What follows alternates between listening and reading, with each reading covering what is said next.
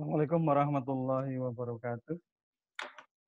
Hari ini harinya agak pendek, jadi mohon maaf Pak Ibu, waktunya yang harusnya sampai jam 12 harus dipotong. Nanti kalau misalnya kurang bisa jabri.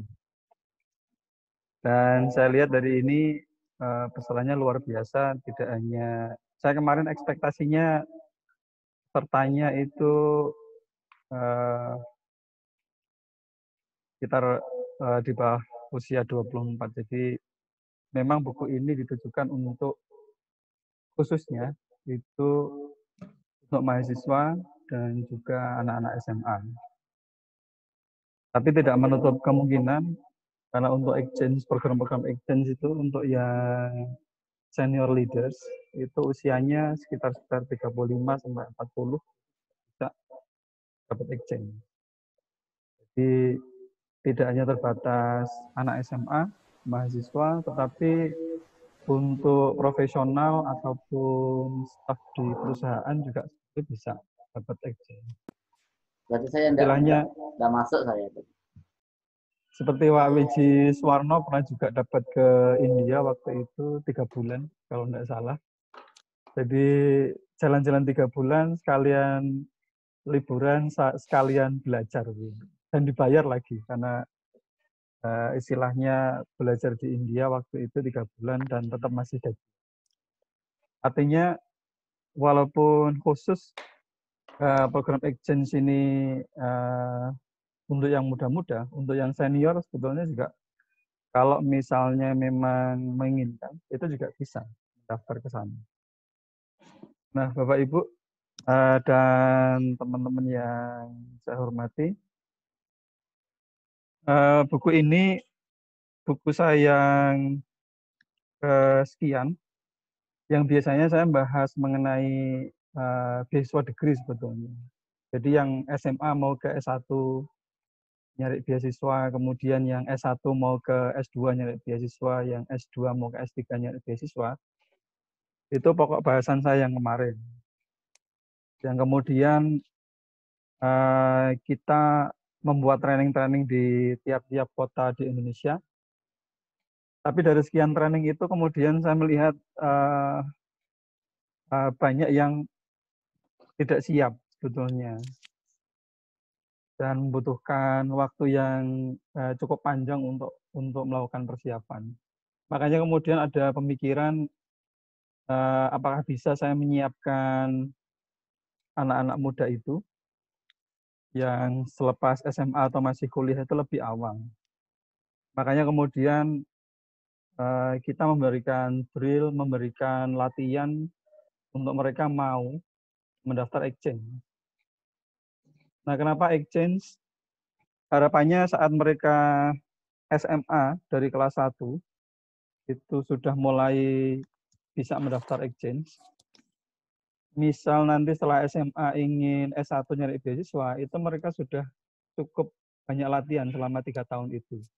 Atau yang masih kuliah, mulai kita latih dari semester 1 sampai semester 7 biasanya. Setelah lulus itu mereka juga sama. Istilahnya sudah setengah siap untuk mendaftar beasiswa degree yang untuk KS2.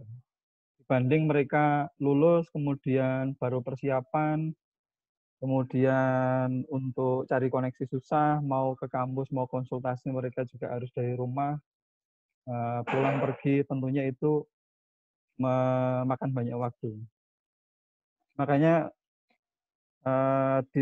mulai tahun 2017 itu saya punya pikiran untuk kenapa saya tidak mendorong anak muda Indonesia untuk berkompetisi mendaftar exchange.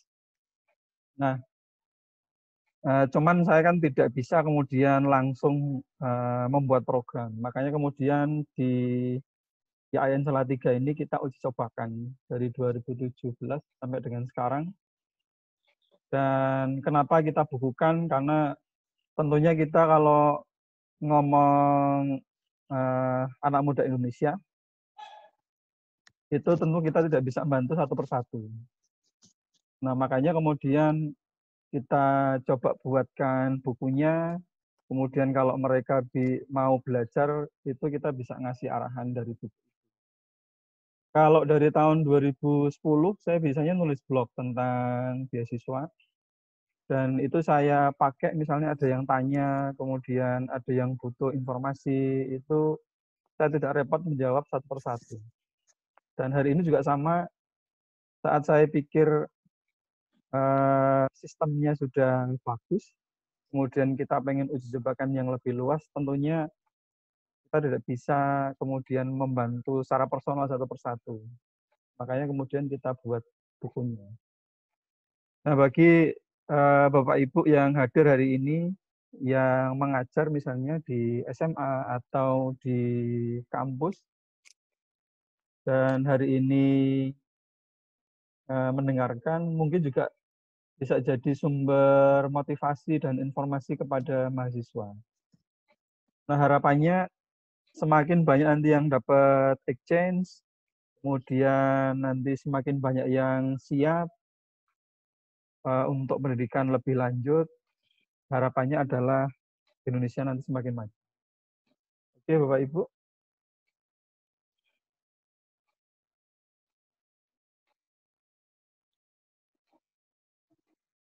Nah, ini saya berikan beberapa contoh bahwa teman-teman yang SMA atau mahasiswa atau yang repot pun, itu tetap bisa jalan-jalan ke luar negeri sambil belajar. Contohnya, salah satunya adalah ini.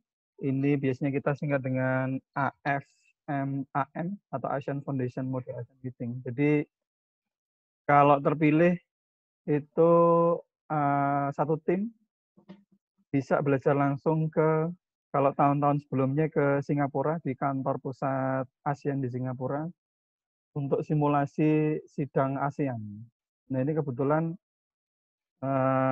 akan dilaksanakan September tanggal 4 sampai 6 di Hanoi, Vietnam. Tapi sayangnya sudah deadline. Deadline-nya Mei tanggal 8. Tapi tidak usah khawatir. Saya dulu waktu uji coba ke mahasiswa IAIN Salatiga ini juga pikirannya adalah, sudah saya bimbing nanti ada nggak ya beasiswa izin untuk mereka. Dan kenyataannya adalah memang banyak. Jadi dalam 1 tahun itu bisa sampai 40 sampai 50 pembukaan pendaftaran. Jadi banyak sekali kesempatan sebetulnya untuk kita semua untuk mendaftar. Tinggal kita pilih yang sesuai dengan minat kita. Oke.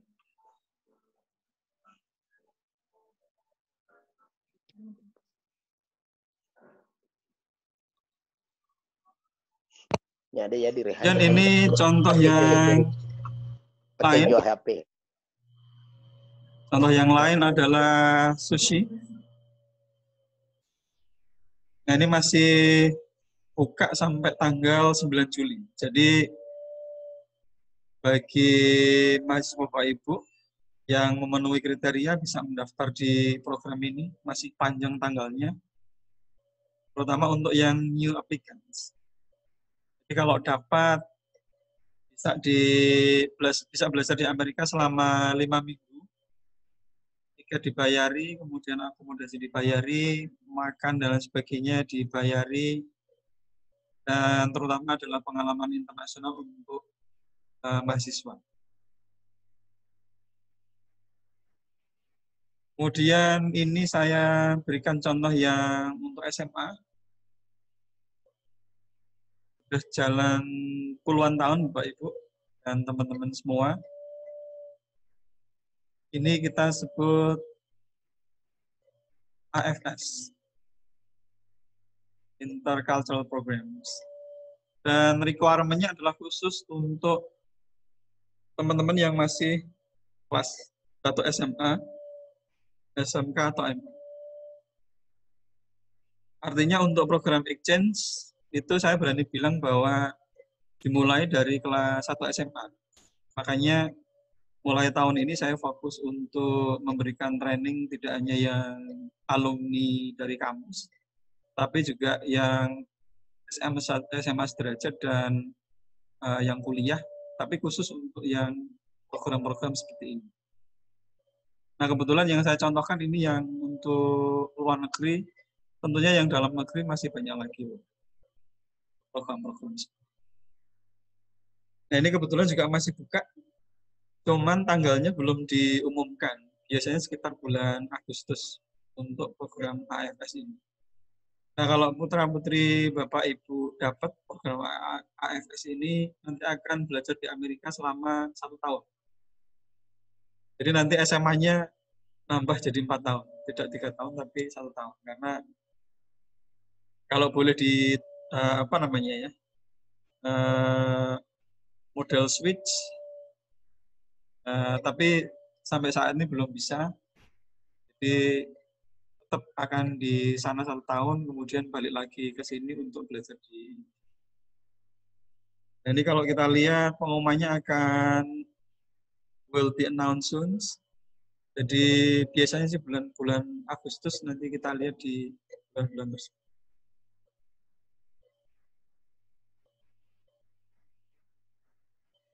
Ini pertanyaan dari teman saya kemarin, kenapa judulnya Change for Exchange? Kenapa tidak exchange saja? Nah, kembali ke filosofi awal bahwa untuk dapat exchange, itu kita harus memenuhi banyak syarat.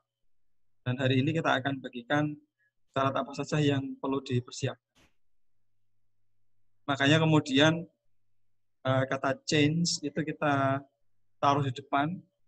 Kenapa? Karena bagi Bapak Ibu atau teman-teman yang ingin daftar exchange, itu harus siap-siap untuk berubah.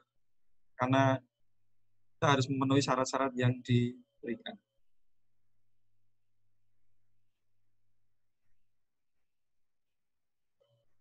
Nah, biasanya kalau di kampus kita akan tanya seperti ini.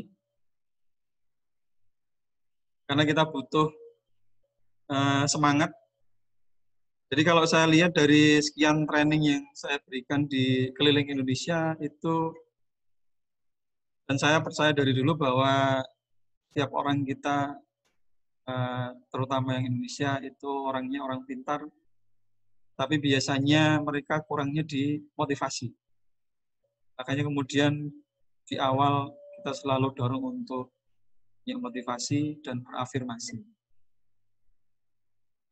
Nah, sambil berinteraksi, bisa ditulis di situ. Kalau saya tanya apa kabar, silahkan ditulis tetap sehat, kompetitif, dan sukses luar biasa. Sambil kita tunggu ya.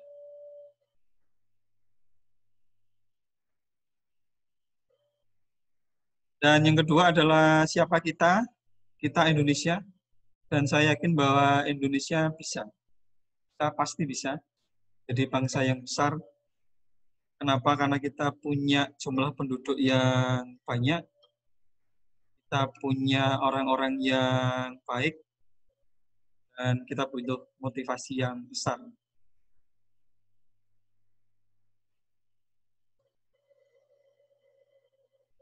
Nah, Bapak Ibu dan teman-teman semua, untuk buku saya ini prinsip dasarnya adalah 4. Satu, visinya adalah membentuk generasi yang kompetitif.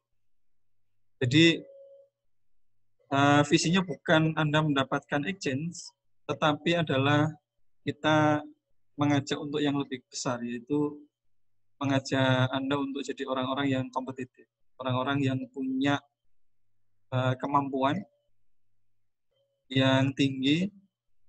Kenapa? Karena kalau kita lihat di Microsoft, di Google, atau di perusahaan-perusahaan besar hari ini, itu mereka lebih mementingkan soft skill, lebih mementingkan kemampuan daripada ijazah. Lebih baik kalau kita punya ijazah dan juga punya kemampuan yang tinggi. Jadi kita kompetitif tidak hanya secara formal, tetapi juga secara kemampuan. Makanya kemudian visi ini adalah effort yang lebih besar, supaya nanti setelah membaca buku ini, setelah mengerjakan PR-PR-nya, itu kemudian menjadi federasi yang kompetitif. Kenapa? Karena dengan kompetitif, itu kita berani untuk daftar banyak. Dan saya yakin kalau kita daftar banyak, masa sih mendaftar banyak tidak ada yang dapat salah satunya. Dan itu pengalaman saya pribadi. Jadi mendaftar banyak dan alhamdulillah dapat 1 dan 2 dari yang saya dapat. Kemudian prinsip dasar yang kedua adalah buku ini blending. Blending artinya ada yang ditulis di sini, ada yang harus dibaca di online. Karena kalau kita paksa semuanya di sini, nanti bukunya jadi tebal. Biasanya buku-buku yang kemarin bisa sampai sekian ratus halaman, yang ini kita coba untuk bisa enggak kita buat ringkas. Jadi kita pakai model blending, separuh di online, separuh ditulis. Jadi bisa bolak-balik. Dan ringan dibawa kemana-mana. Masuk tas juga. Kemudian yang ketiga, prinsip dasarnya adalah buku ini adalah buku untuk kerja 1 tahun intensif. Jadi bagi Bapak Ibu atau teman-teman yang serius untuk tumbuh, itu berani enggak 1 tahun ini kemudian lompat jadi seorang yang punya kompetisi baru, seorang yang kompetitif dalam waktu 1 tahun. Dan prinsip dasar yang terakhir adalah workbook. Buku ini tidak hanya textbook dibaca saja, tapi ada hal-hal yang harus dikerjakan di situ. Nah, kenapa kita pakai sistem workbook? Karena kita pakai sistem level yang ke-6. Jadi, supaya tidak hanya membaca saja. Kalau hanya membaca saja, itu kita hanya dapat 10% retensi. Jadi hanya ingat 10% saja. Saya maunya saat setelah membaca buku ini adalah kita dapat retensinya 90%. Jadi selain dibaca, dikerjakan, dan juga dilaksanakan, yaitu mendaftar di program-program exchange. Kemudian untuk prinsip materinya kita ada 4. Biasanya kita singkat dengan MIS, atau kalau bahasa Indonesianya wanita cantik karena masih muda, MISS. Ini nyari singkatannya harus bertapa dulu. Nah, yang pertama adalah motivasi. Kenapa motivasi kita taruh di awal? Seperti saya bilang di pembukaan bahwa dari sekian banyak training yang kita kerjakan di kota-kota besar di Indonesia, semuanya pintar, tapi punya permasalahan di motivasi. Mungkin karena lingkungannya yang tidak mendukung, mungkin karena visualnya yang ketemunya orang-orang biasa, mungkin karena sedang banyak masalah. Makanya kemudian motivasinya naik turun atau bahkan turun dan turun. Kemudian selain motivasi, di buku ini juga mencoba untuk memberikan informasi. Karena mungkin dari teman-teman punya motivasi tinggi, tapi kemudian ya sih saya pengen, tapi mau daftar kemana? Dan tidak punya informasi itu. Walaupun hari ini juga banyak informasi yang di internet, cuman kadang kita bingung mana yang asli mana, atau mana yang saya harus pilih. Makanya kemudian kita bantu untuk itu. Dan juga punya motivasi, punya informasi, mau daftar, caranya gimana. Supaya menang itu saya caranya gimana. Makanya kemudian diberikan strateginya. Dan juga kita nyoba untuk memberikan supervisi. Kalau di IAIN Salatiga, itu kita kasih program mentoring itu 1 tahun. Jadi kita kasih motivasi secara face to face itu 4 sesi dalam setahun. Kemudian kita kasih mentor personal per 10 orang. Kemudian mereka juga dicek setiap mereka membutuhkan. Nah, persoalannya kalau di luar kampus seperti apa? Nah, ini nanti kita coba untuk carikan caranya. Supaya supervisinya.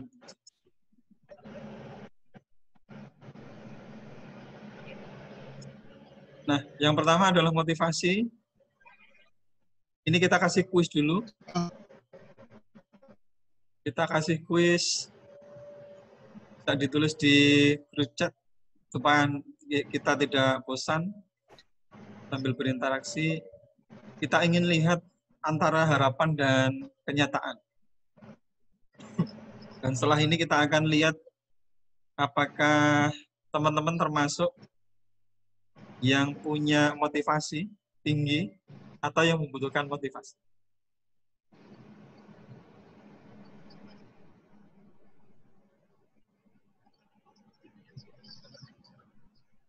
Yang pertama adalah harapannya pengen move on. Kenyataannya, sambil ditulis, silahkan. Nanti kita lihat skornya apakah dapat 10 atau dapat berapa.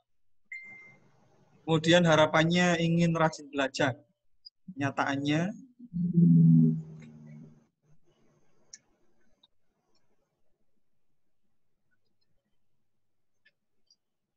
kemudian harapannya adalah ingin punya percaya diri yang tinggi. Kenyataannya, ingin punya tujuan hidup yang jelas. Kenyataannya, kemudian ingin pantang menyerah. Kenyataannya, ingin punya TOEFL 500. Kenyataannya, ingin punya mentor. Ingin jalan-jalan ke Australia. Ingin jalan-jalan ke New York. Dan yang terakhir adalah ingin berubah menjadi seseorang yang lebih baik, lebih kompetitif. Kenyataannya,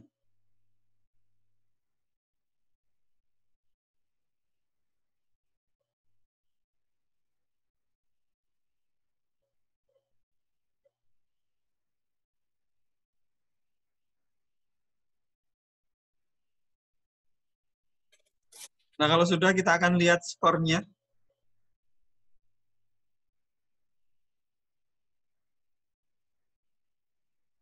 Jadi yang isi kanannya, isi kolom kanan sama dengan isi kolom kiri, berarti kita anggap betul nilainya.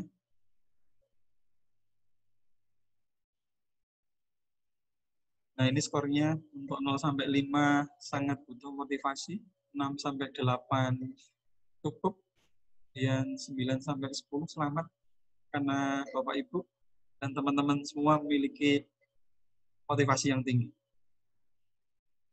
Kira-kira masuk yang mana ya?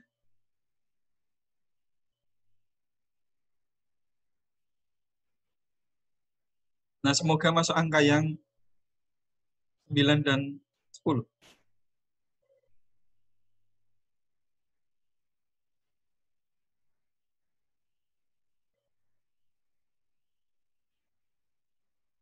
Nah, kita lanjutkan melihat kenyataan berikutnya. Kenyataan nomor 1 adalah penyesalan selalu datang terlambat. Kalau duluan namanya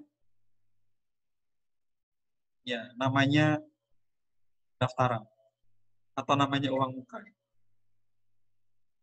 Dan kita memang biasanya seperti ini, selalu menyesalnya di belakang. Maka untuk itu kita butuh motivasi untuk selalu bersiap dari sekarang di masa depan. Kemudian kenyataan nomor 2, ini penyakit saya dan kita semua. Kita tahu apa yang harus dikerjakan, tapi kita tidak mengerjakan apa yang kita tahu. Makanya mulai berubah menjadi persona baru secara bertahap.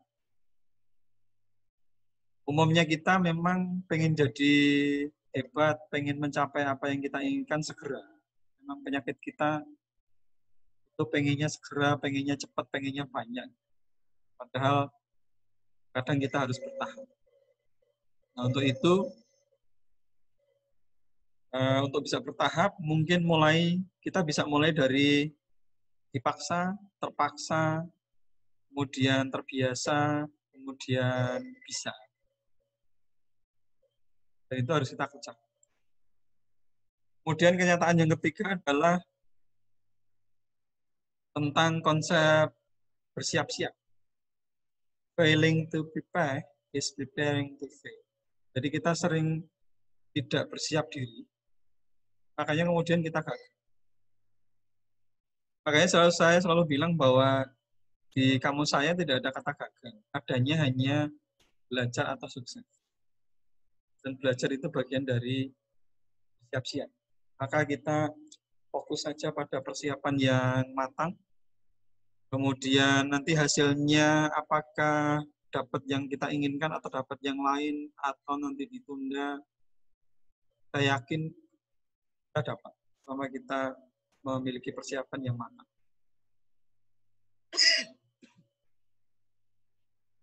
Kemudian kenyataan yang keempat adalah saya membaca sekian banyak biografi, memperhatikan sekian banyak orang-orang sukses di Indonesia. Ternyata sukses is a matter of attitude. Jadi selama kita punya sikap sukses, itu ternyata sukses hanya masalah waktu. Dan itu selalu saya bagikan ke mahasiswa, terutama kalau kita sibuk mempersiapkan diri, mengembangkan kapasitas, apapun yang kita inginkan insya Allah akan nyampe. Tinggal masalah waktu, karena urusan kapan itu kita tidak tahu. Kemudian kenyataan yang nomor 5, gampang melakukan hal yang baik, melakukan hal yang ini itu yang kita inginkan, tapi susah melakukannya dengan konsisten. Jadi problemnya adalah kita tidak konsisten. Makanya mulai sekarang, harapannya setelah sesi ini, kalau kita pengen maju, mulai konsisten walaupun sedikit. Nah, itu Bapak Ibu, beberapa kenyataan yang ada di sekitar kita, dan sekaligus kita hari ini juga refleksi tentang apakah kita butuh motivasi atau tidak.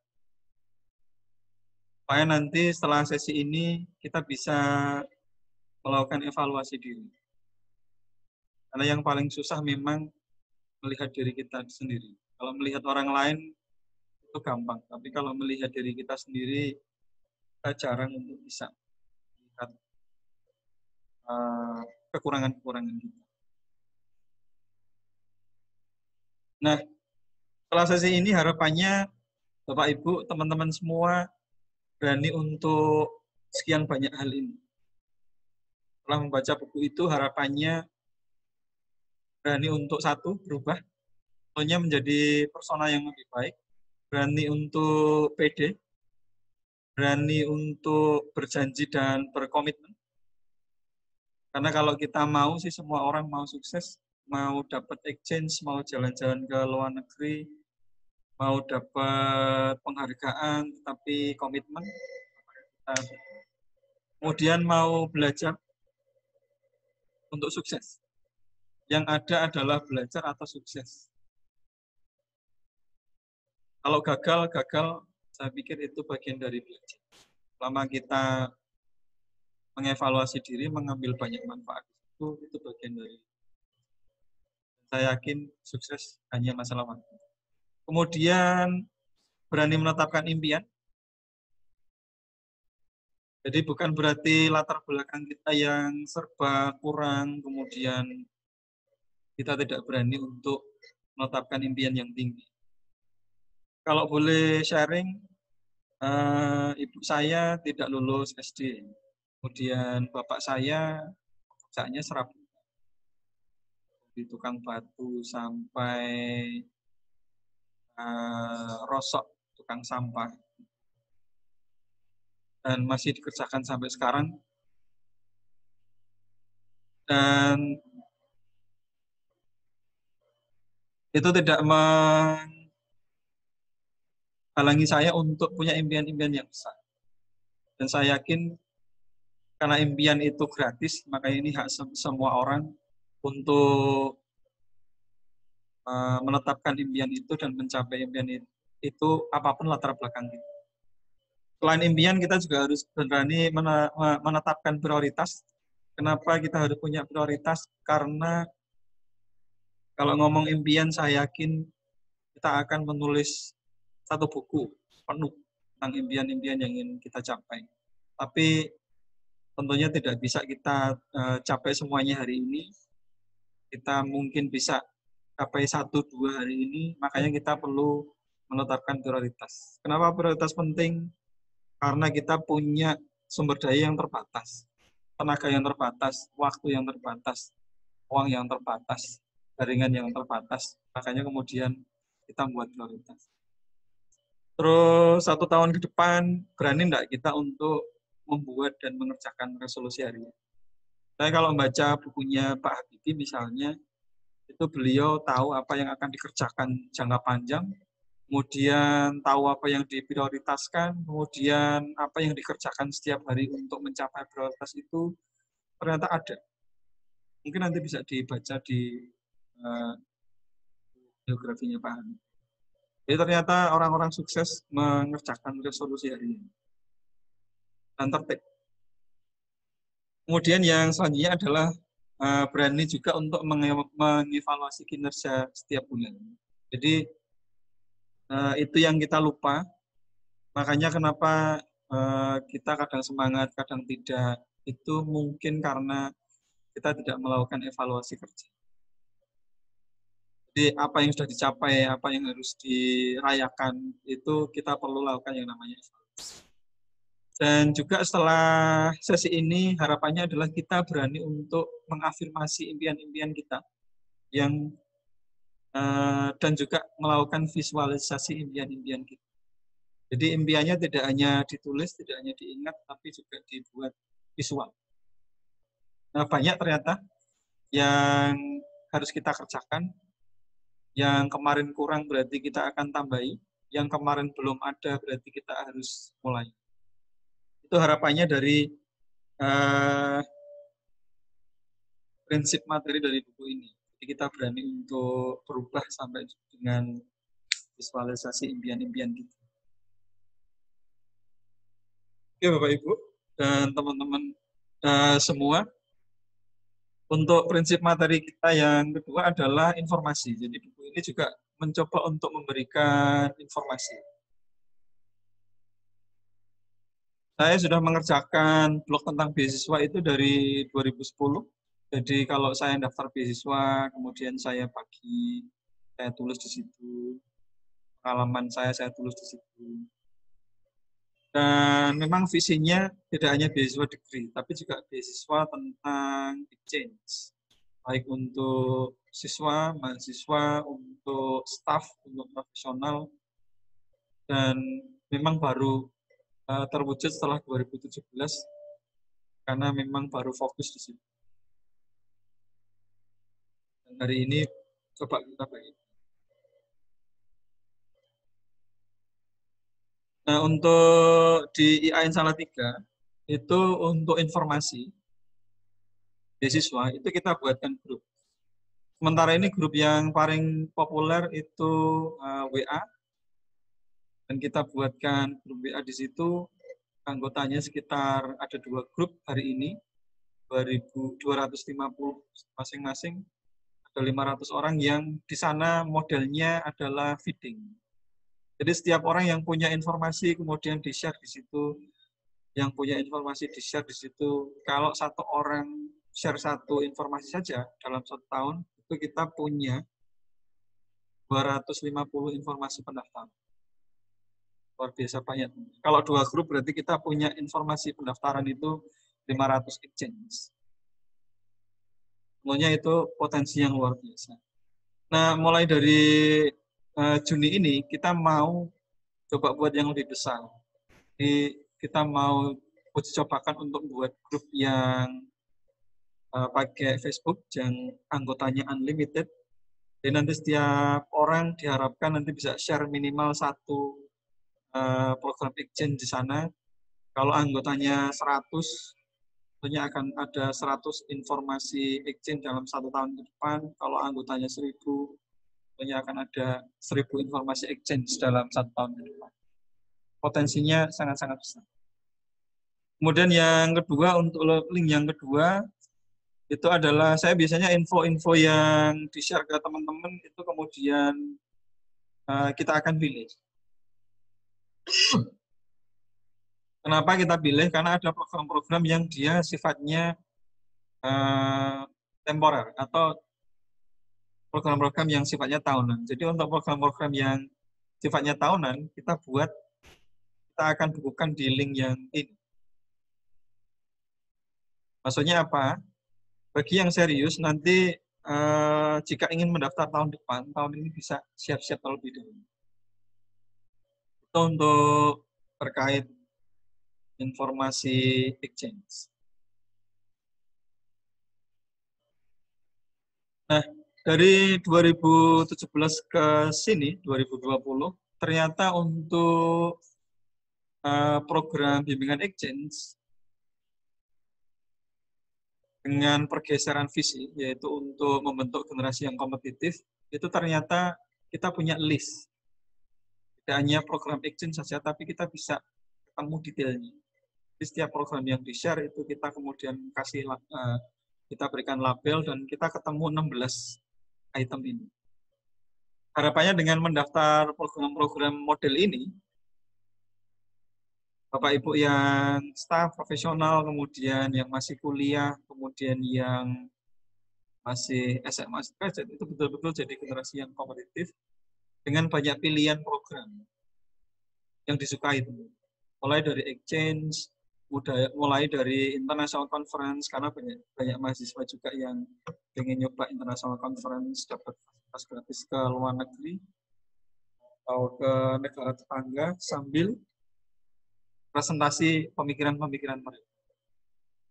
Kemudian ternyata banyak juga sambil sekolah, sambil kuliah, itu banyak beasiswa juga. Sampai dengan misalnya ada program-program summer course, summer camp, itu juga sama.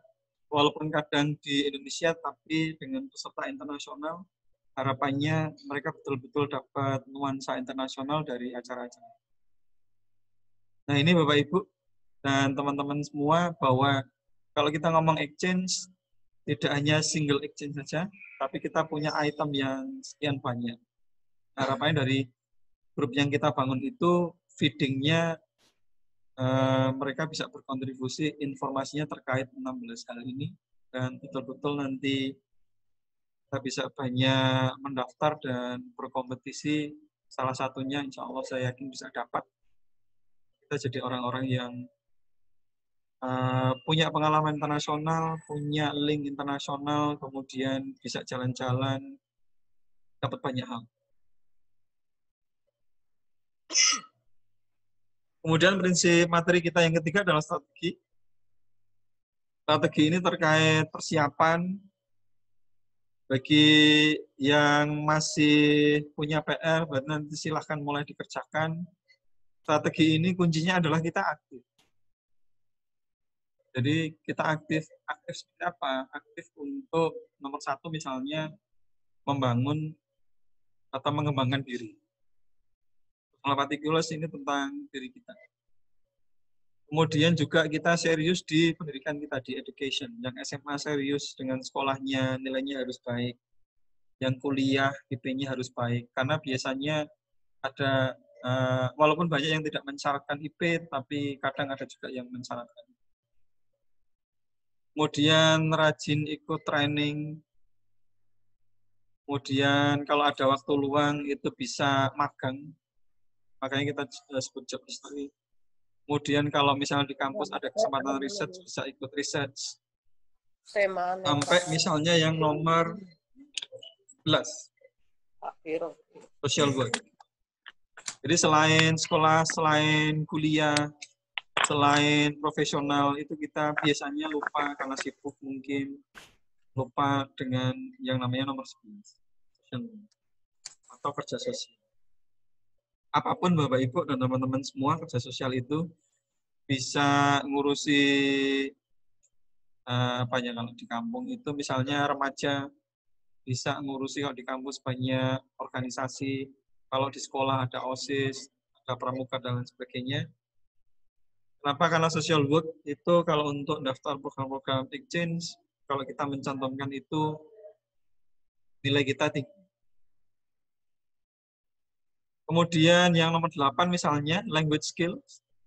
Banyak dari kita yang pengen ke luar negeri dapat exchange, tapi kita lupa menyiapkan language skills. Makanya dari sekarang kita juga harus mulai menyiapkan kemampuan bahasa Inggris. Makanya di awal tadi ada pertanyaan keinginannya 500, tapi kenyataannya berapa? Kalau keinginannya 500 dan kenyataannya masih 400, berarti masih punya PR 100 poin, dan kita harus berjuang keras di situ. Supaya apa? Supaya kita bisa memenuhi strategi di sini. Saya yakin kalau hal-hal mungkin tidak semuanya dipenuhi, tetapi most aspect of this strategy fulfill, saya yakin sih kita semua akan terpilih menjadi salah satunya.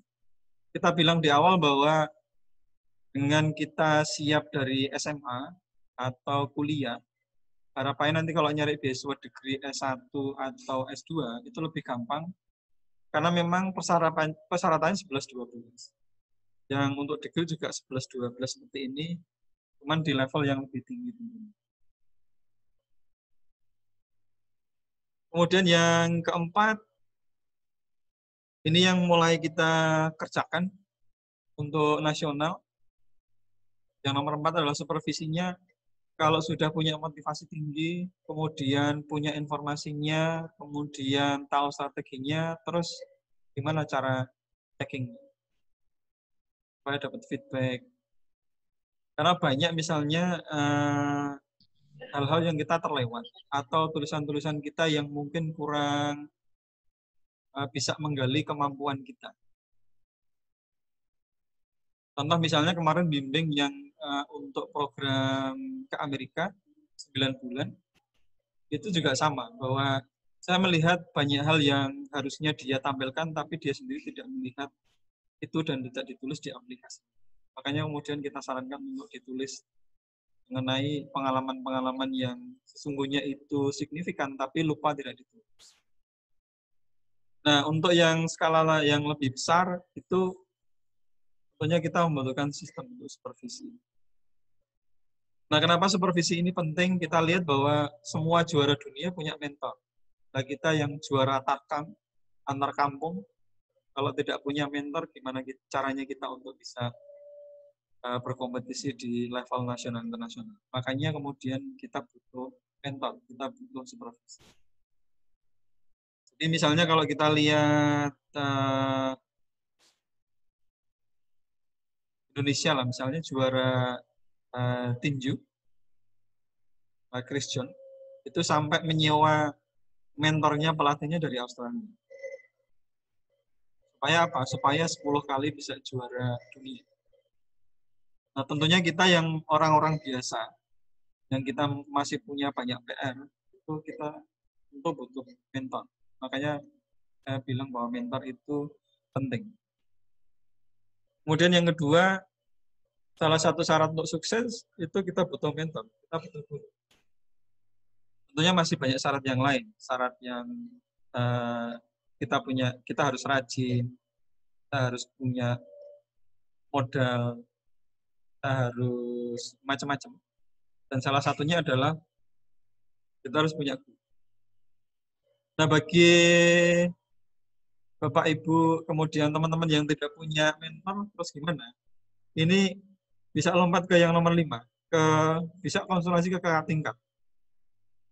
yang pernah dapat exchange misalnya, yang sudah punya pengalaman misalnya ke luar negeri misalnya, bisa konsultasi dengan mereka.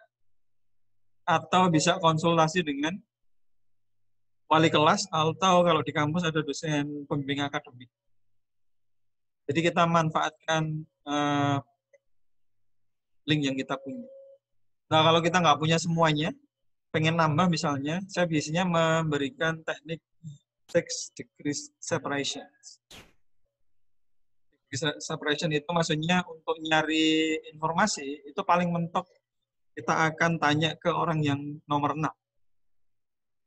Jadi misalnya kita kasih kuis hari ini, misalnya siapa yang paling cepat bisa mendapatkan nomor HP-nya Pak Jokowi. Kira-kira bisa dibayangkan harus tanya ke berapa orang. Paling mentok biasanya tanya ke 2 atau 3 orang, itu sudah dapat nomornya. Saya dulu pernah ngasih kuis, siapa yang paling cepat bisa dapat nomor HP-nya Presiden Barack Obama atau Donald Trump. Itu juga sama, hanya butuh 1 atau 2 orang tanya, dan mereka bisa dapatkan nomor itu. Artinya tidak ada masalah sebetulnya di level supervisi ini, walaupun misalnya sejelek-jeleknya saya tidak ada kakak tingkat yang bisa ditanya, atau wali kelasnya sibuk, atau dosen pembimbing akademinya sibuk.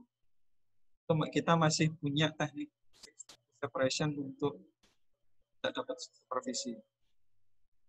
Dan tidak usah khawatir, masih banyak orang baik di luar sana yang akan membantu memberikan supervisi. Dan harapannya dengan cara ini kita lengkap. Kita punya motivasi yang tinggi, kemudian kita punya informasi yang lengkap dan banyak tentunya dengan model feeding yang tadi. Kemudian kita punya juga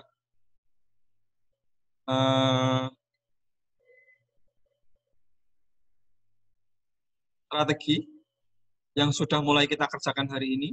Kemudian kita juga punya supervisi. Maka dengan lengkap seperti ini, makanya kemudian lengkap dan kita bisa sukses seperti yang kita tidak hanya harapkan, tetapi sesuai dengan kenyataan seperti yang di kolom kanan. Mungkin itu yang bisa saya sharing karena terbatasnya waktu, sudah jam 11 lebih.